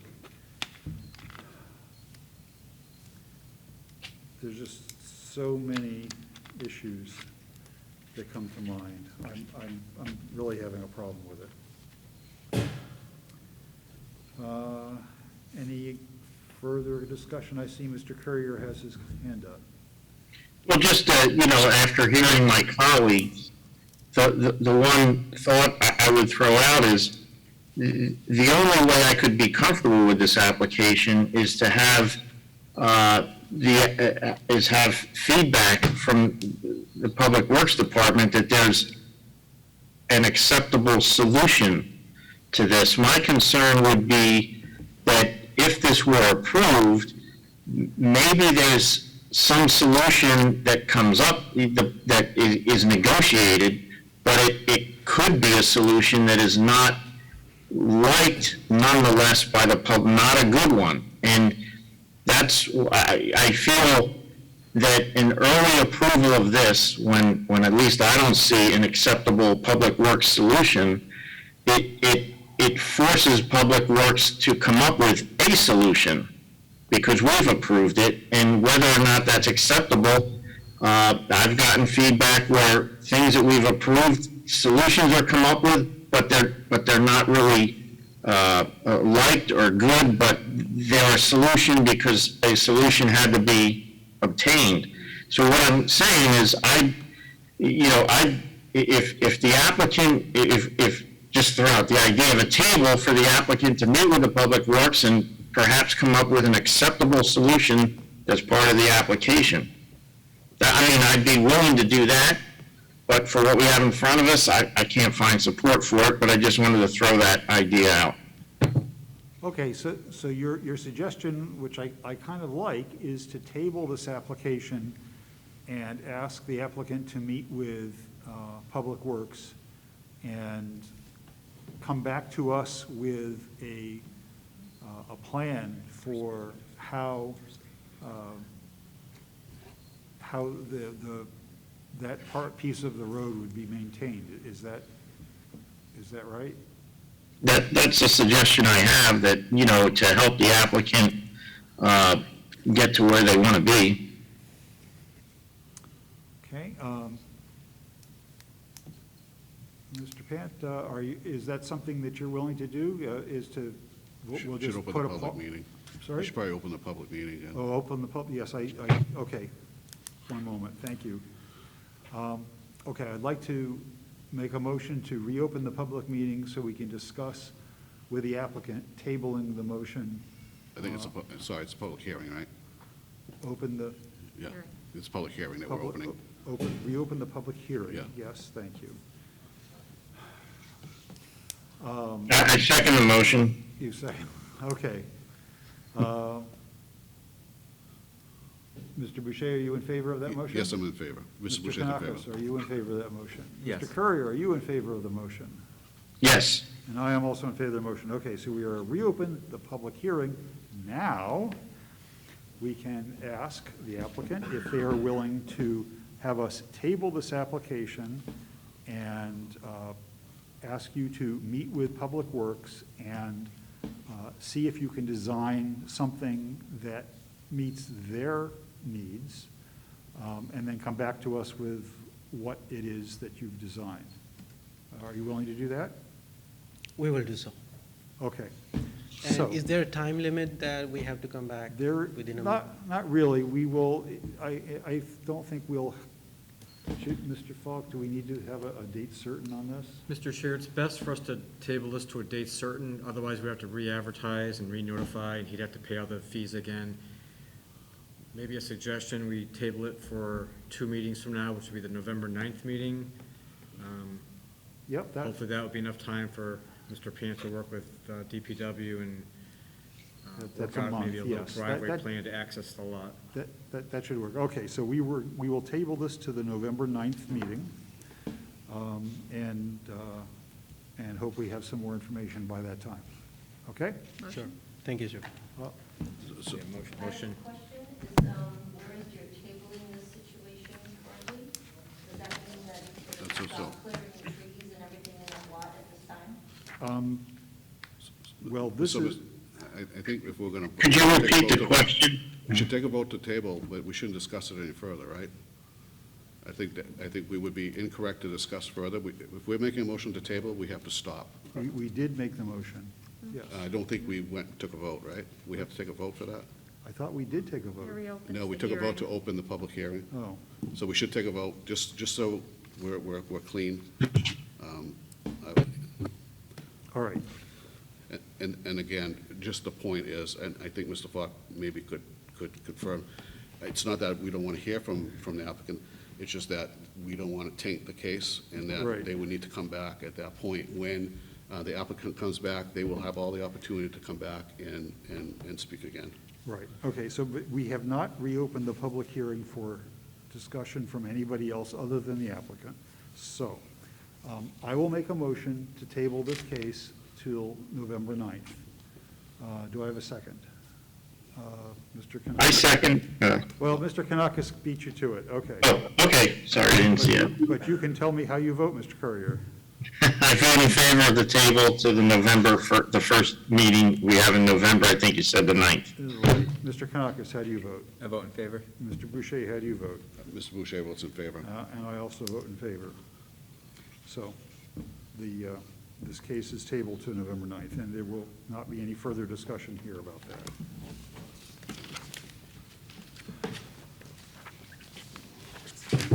Moving on to case number 7.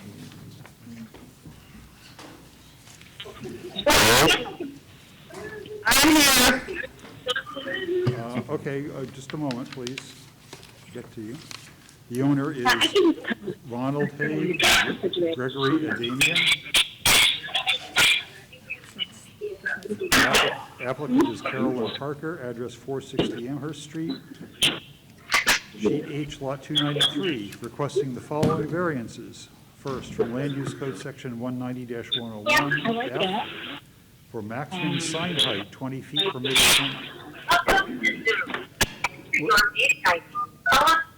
Would whoever is not speaking please mute, and I think it's the person on the telephone, *9 will mute you on the telephone.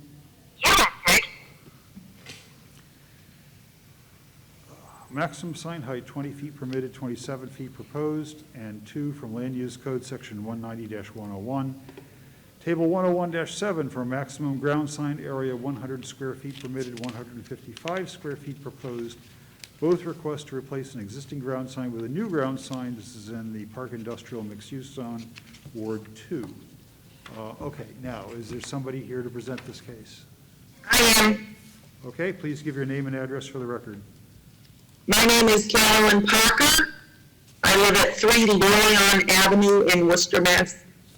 Okay, and tell us what you'd like to do. So basically, this is a large multi-tenant location that currently has a sign approximately 20 feet high and a total of 90 square feet. The problem being, as you can see on some of my drawings, is that the Amherst Street is up here and the sign is 10 feet below Amherst Street. So we're losing 10 feet where the people trying to come to the property are not able to properly see where they're going. There's a hospital in here and many other businesses. So we're allowed, our zone is a PI AI district, but the property right next door to us is almost a mirror image of our property, and that is in an HB zone. The HB zone allows 150 square feet for signage. We're only allowed 100. So we're really trying to just bring the sign up in height so that as you see on the bottom, we have 6 feet of the base.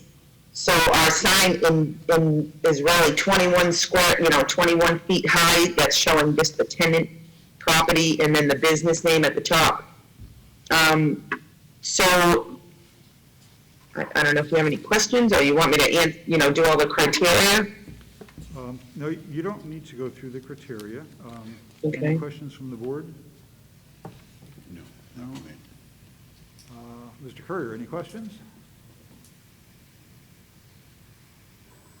Sorry, just had to unmute myself. I don't have any questions. Okay, and I don't have any questions. Is there anybody, there's nobody left in the audience, is there anybody?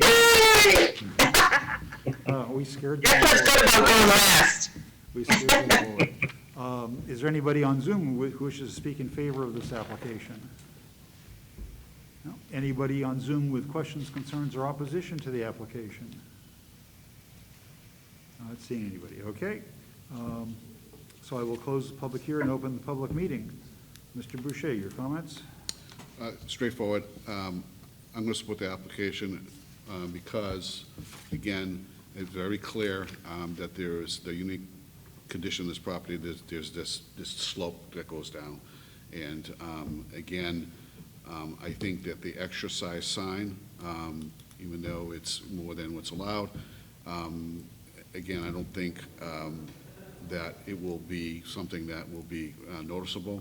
And again, as the applicant pointed out, which is what I saw, was next door is a totally different zone with that sign, so it's very clear what the sign will kind of look like. And again, large property, Amherst Street, busy road, I think it'll fit right in, and I think it meets all the other criteria. Thank you. Mr. Kanakis? I agree. I think Mr. Boucher said it well, and a sign that you can't see doesn't really serve much of a purpose, so I'm in support of this application. Mr. Courier?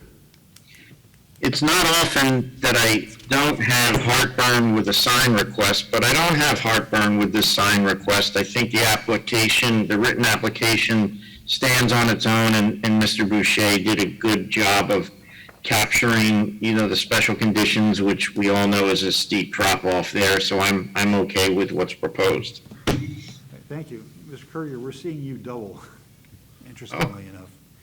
That's twice as good then, the way I see it. Okay, so the other Mr. Courier, no more. I'm very familiar with this property. I've done business with some of the tenants there, and I drove by it again today to look specifically at the sign, and I agree that the current sign is really difficult to make out, so I don't have any problems with this application. Somebody care to make a motion? Mr. Boucher, thank you. I'd like to make a motion to approve the area variance for Haig J., Ronald K., and Gregory S.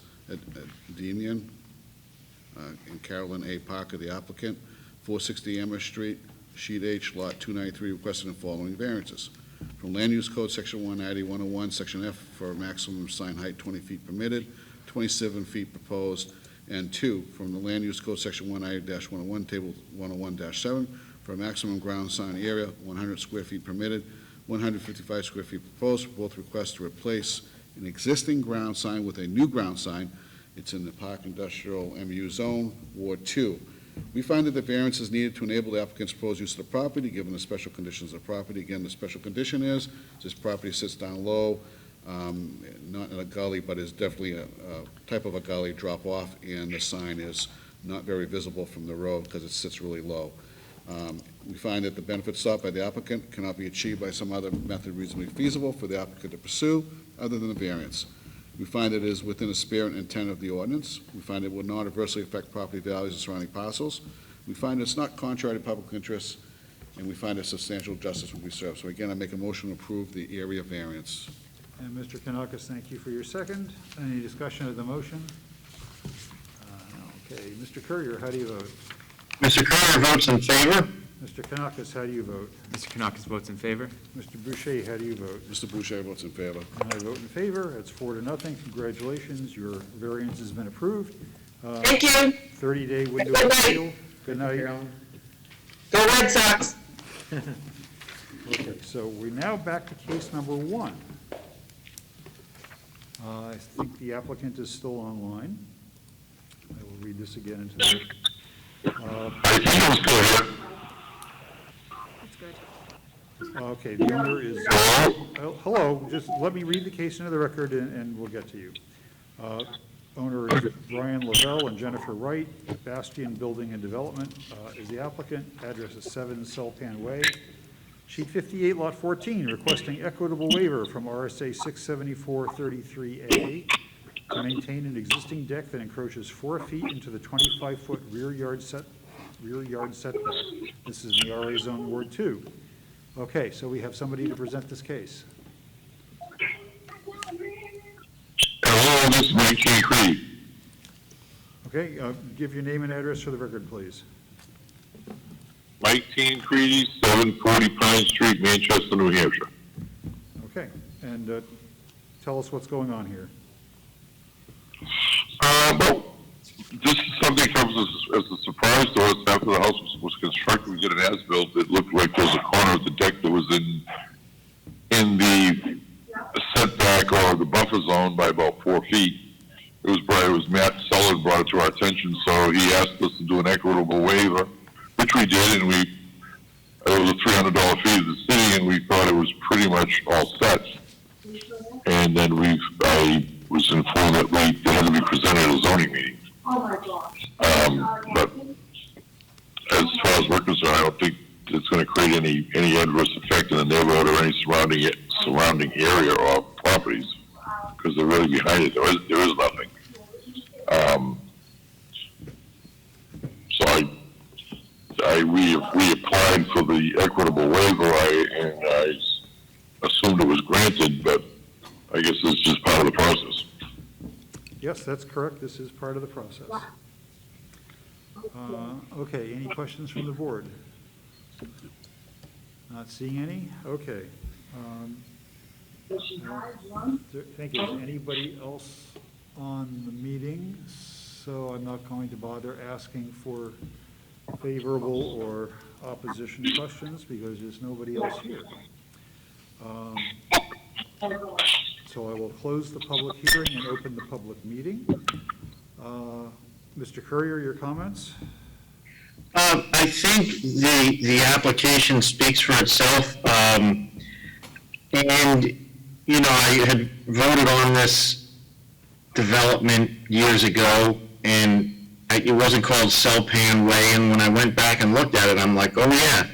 But I agree with what, you know, the applicant spoke to tonight, that behind it, it's an unusual, there's some yard, and then on the other property on the next street, it's just like this kind of extra space that every now and then you see somebody parking in. So I believe it to be an honest mistake and a minor mistake, and I think that meets the criteria of an equitable waiver, and I'm in favor of this. Thank you. Mr. Kanakis? I'm also in favor. Mr. Boucher? I'm also in favor. And I'm also in favor. Mr. Boucher, would you care to make a motion? Absolutely. I'd like to make a motion to approve the equitable waiver for Brian C. LaValle and Jennifer S. Wright, owners of Bastion Building and Development, applicant 7 Salpan Way, sheet 58, lot 14, requesting an equitable waiver from RSA 674:33-A to maintain an existing deck that encroaches 4 feet into the 25-foot rear yard setbacks in RA Zone, Ward 2.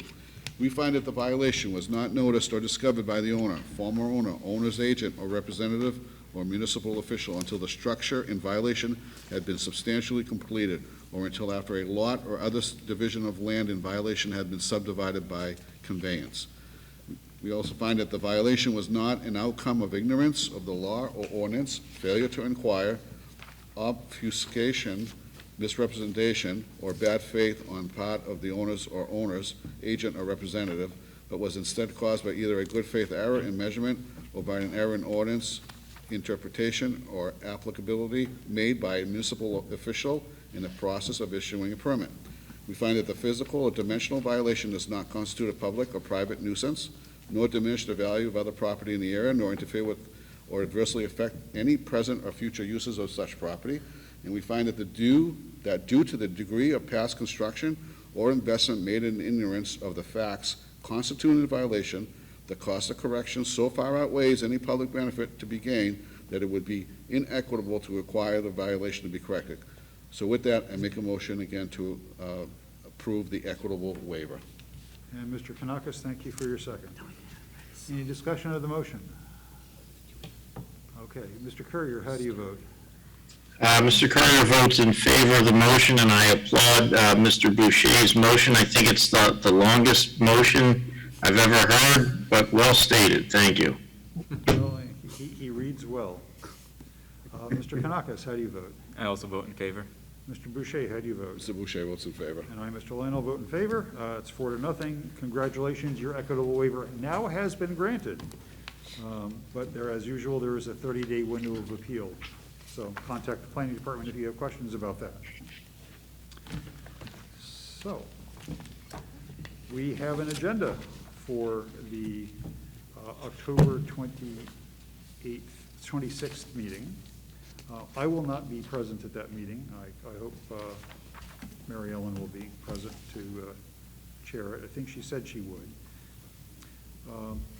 There are only 2 items on this meeting. Does anybody see any regional impact? Mr. Kanakis shakes his head no. Mr. Boucher, do you see? No. Mr. Boucher shakes his head no. Mr. Courier shakes his head no, and I shake my head no, so we see no regional impact. So, we have minutes from the September 28th meeting. I was not present, but I did notice a problem on page 23. In the second paragraph, where it's quoting Matt Sullivan, and it says, he said that for the content, both in the context of the sin-based uses. Now, I didn't think we were doing sin-based uses in this city. There's probably maybe sign-based usage. It's sin.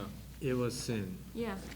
Is it sin? That's like signs, like I think I was talking about the billboard, and that had to do with the advertisement having like alcohol or tobacco or marijuana or something like Oh. that. That's called like a sin-based sign. Oh, so that really is, okay, never mind then. It looked odd to me. It is correct. That is correct, yeah. Okay, I sit corrected then. Anybody else see any comments on the minutes? I will make a motion to approve the minutes, even though I wasn't there, but I can do that. Mr. Kanaka seconded. Any discussion on the motion? No, okay. Mr. Courier, how do you vote to approve the minutes? I vote to approve the minutes as typed by Mr. Falk. Mr. Kanakis, how do you vote? I vote to approve the minutes. Mr. Boucher, how do you vote? I vote in favor. And I vote in favor also, so the minutes are approved, and I'll make a motion to adjourn. And Mr. Boucher seconds, and we are adjourned at 8:32. Thank you all. Have a good night. Thanks, Jack.